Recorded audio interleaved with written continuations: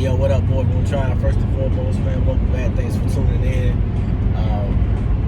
Today is a very interesting day, man. Sha'Carri Richardson just got suspended from the Olympics due to testing positive for marijuana, man. I think this is a very interesting story. I think it's one that can provide some really good points that we can bring out of it because of what's just happening right now in America with her. And just some of the conversation that's going on, things that we're saying. So, man, buckle up your seatbelts. I am curious to hear your feedback and your comments around this topic.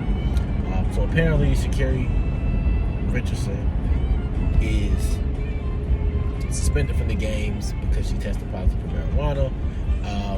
The story is that she's not wavering from it. She is taking full responsibility. She said that she tested positive because she smoked a little weed during the time where she found out her mom had passed away. I think that's it's a very unique situation. I empathize with it wholeheartedly, man. I've never been through that situation. I don't know what it feels like to lose a parent.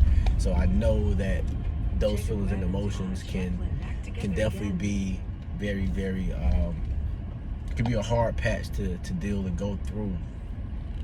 But I do think ultimately it is her responsibility to have that discipline during those times to not indulge in weed. We know that if you wanted a vice, there are different things that you can do, but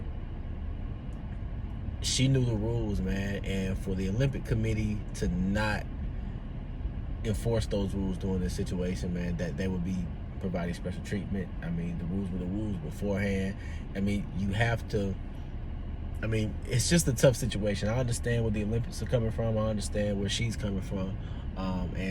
To be quite honest, I think what's happening is what should happen. I think she's getting suspended, but she's also taking ownership. She's also not making excuses. And I think that's the thing that we can learn from this, man. I think that as we make mistakes, as we go through life and have those instances where we just may miss the mark, not finding a way to be a victim, not finding a way to say it's racism, not finding a way to, find all these excuses, but taking ownership of whatever it is that's going on, it can be how we resolve and rectify our situation. And I do wish her the best, man. I was becoming such a big fan and still am a fan. I don't gonna let this sway how I feel about her, man. She was authentic. She was unapologetically herself. She was unapologetically black. And she really was shooting to stardom. And I hate to see her not to be able to go and get it all the way done. But, she impacted so many already. And I look forward to what she does in upcoming years. I hope she just continues to train. Maybe 2024 Olympics, she'll be able to come back and